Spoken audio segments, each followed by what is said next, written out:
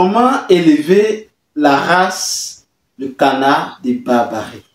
Dans nos différentes vidéos que nous avons partagées sur cette chaîne, à parler des différents types de canards, à parler des avantages surtout et des races de canards à privilégier dans votre ferme, ou que ce soit en deuxième partie, nous avons aussi parlé, que ce soit une personne qui veut se lancer dans la production des œufs ou dans la chair des canards. Dans cette vidéo, je vais vous parler en particulier d'une race de canards dont nous avons parlé sur cette chaîne, dont je te recommande fortement. Il s'agit de la race Barbarie.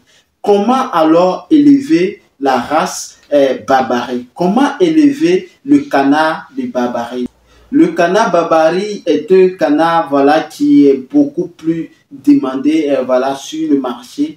Et pour toute personne qui veut se lancer dans une activité lucrative et ne pas aussi se conformer à plusieurs difficultés d'élevage, il est recommandé de prendre la race Barbarie. Pour comprendre cela, veuillez rester sur cette chaîne car nous allons en parler juste après le générique.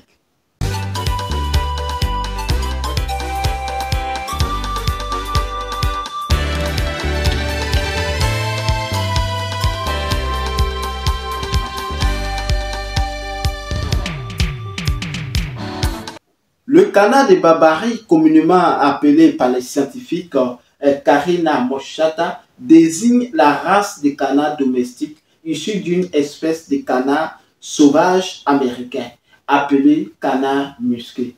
Bien que ce soit un oiseau originaire des régions intertropicales, il s'acclimate aux environnements tempérés et peut supporter des températures allant jusqu'à -12 degrés, -20 degrés.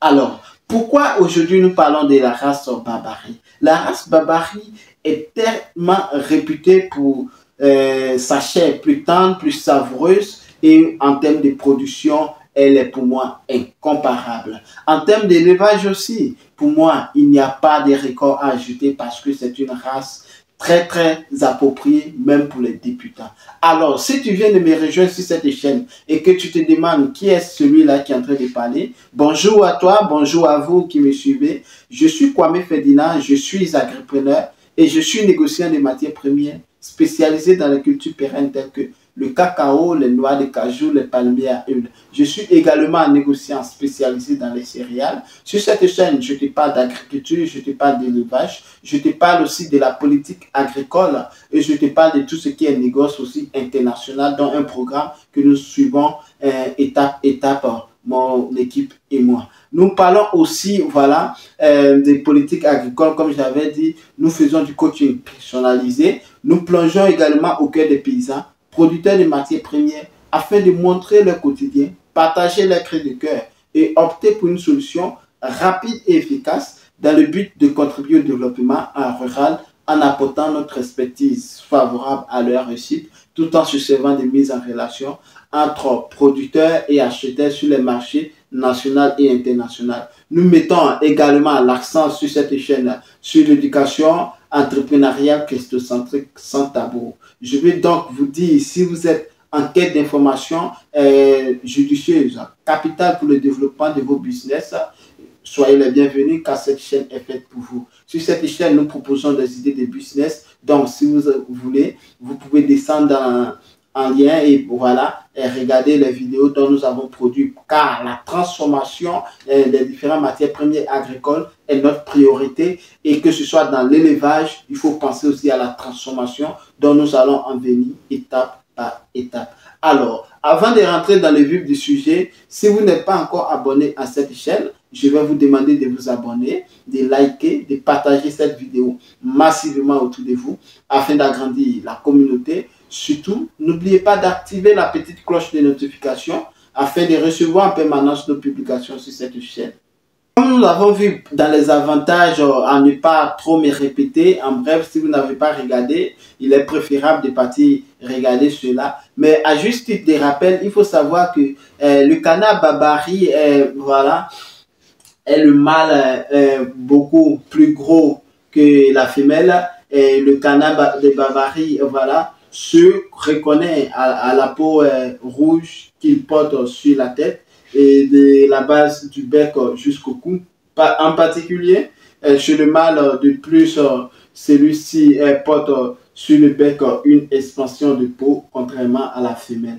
Alors, pour ne pas trop, voilà, rentrer dedans, il est préférable de pouvoir mettre une petite pause si vous n'avez pas regardé les avantages, parce que dans cette vidéo-là, j'ai pris 8 espèces de, voilà, canards, dont j'ai pris étape par étape à, voilà, vous démontrer, voilà, le tout. À vous donner, pardon, les avantages de l'élevage de ces races-là. Donc, dans cette vidéo en particulier, encore, nous allons poursuivre avec la race Babari par rapport à la reproduction. Pour qu'un business soit plus rentable, il faudrait que nous puissions maîtriser aussi la reproduction afin d'éviter voilà, pas mal de taux de mortalité. Alors, pour faciliter votre élevage, il est primordial aussi de faire recours à la race Babari. Pourquoi la race Babari? J'ai vu plusieurs documentaires suite aussi à une formation du Vietnam. Voilà, au Vietnam, la race Babari est un peu plus utilisée parce qu'on utilise cette race-là à plusieurs diverses, que ce soit dans les rizières, que ce soit dans les champs, que ce soit dans le basse-cour afin d'éliminer plusieurs bêtes. Donc, cette race-là est beaucoup plus rustique et puis plus féroce, résistante à plusieurs maladies. Et c'est se battre, c'est se défendre quand bien même pas mal contre les reptiles, contre certains prédateurs. En dehors de la ponte des œufs, en dehors de sa qualité de chair, la reproduction commence à l'âge de 6 mois dont nous avons vu. La durée d'incubation des œufs est de 36 jours après la ponte du dernier œuf. Ce qu'il faut savoir est que la race Babari, pour tout débutant, qui, voilà, vous faites dire, non, je veux débuter l'élevage de canards, je n'ai pas suffisamment de moyens, j'ai 50 000, j'ai 100 000, voilà, j'ai même 20 000, hein, pourquoi pas. L'alimentation de la race Babari n'est pas aussi compliquée. Et non seulement aussi, vous n'avez pas en premier temps besoin d'un incubateur. Un incubateur, pourquoi? Parce qu'on utilise beaucoup les incubateurs afin de permettre aussi à plus voilà, de naissants, à plus de canetons ou que ce soit dans le volaille, à plus de poussins. Voilà, parce qu'il y a certaines bêtes qui n'arrivent pas à couver bien les œufs.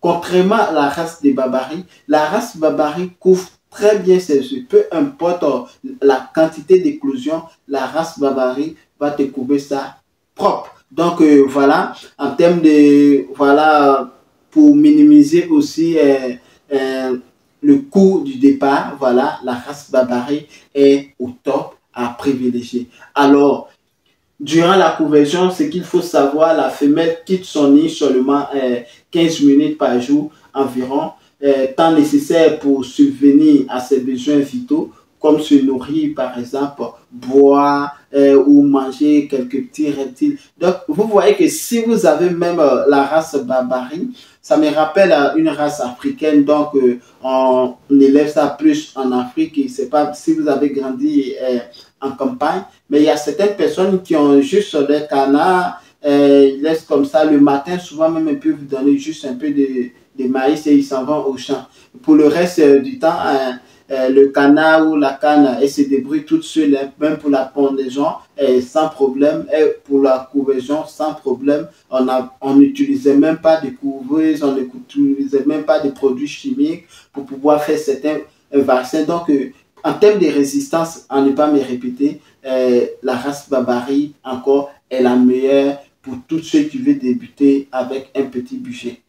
Lorsque la race Babari sort pour manger et déféquer, les canetons peuvent mettre jusqu'à 24 heures pour casser leur coquille. Hein. Ils suivent leur mère car celle-ci, voilà, leur prodige des chaleurs corporelles, pardon, qu'ils n'arrivent pas encore à maintenir tout seul, c'est-à-dire. Vous voyez que la race Babari est une mère protectrice. Donc, bien vrai qu'on retire les œufs, on peut mettre aux incubateurs. Après l'éclosion, il faut préparer une salle, il faut mettre le chauffage afin de permettre aux canetons de pouvoir bien grandir jusqu'à 4 5 semaines avant de les faire sortir un peu par étapes. Vous voyez que même ceux qui sont dans les villages en campagne, si vous avez votre race Babari là, elle s'occupe de la couvaison, elle s'occupe même du chauffage. Bon, si vous avez fait une grande activité génératrice de revenus,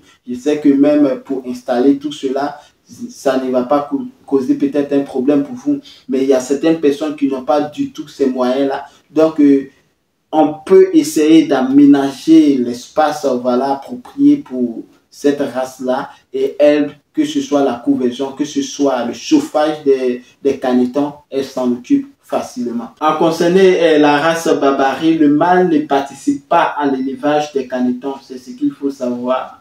Bien que certains éleveurs aient remarqué dans les régions tempérées que certains mâles pouvaient prendre part au réchauffement nocturne des canetons. Bon, l'alimentation ou la protection dépend de la canne. Voilà, le mâle, ce n'est pas du tout son affaire. Mais en soirée, voilà, lorsque les canards sont à l'abri sur leur lieu d'habitation propre, voilà, le mâle contribue aussi au réchauffement des canetons. Alors, voilà, pourquoi est-il important de choisir cette race-là?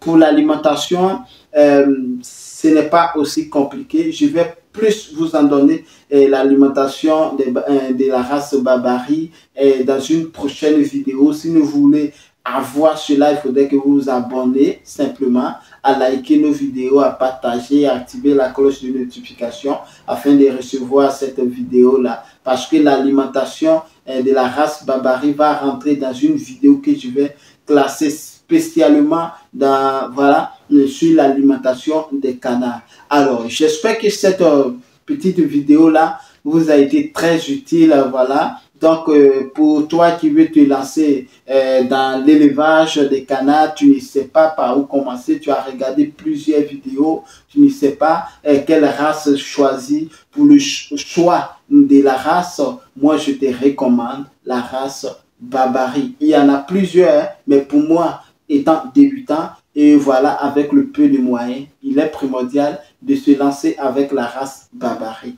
Alors, c'est juste la fin de cette vidéo. J'espère que vous avez aimé. Surtout, likez, abonnez-vous, activez la cloche de notification et partagez massivement. On se donne rendez-vous pour une prochaine publication. Sur ce, prenez soin de vous. À très bientôt. Amétéon. Ciao.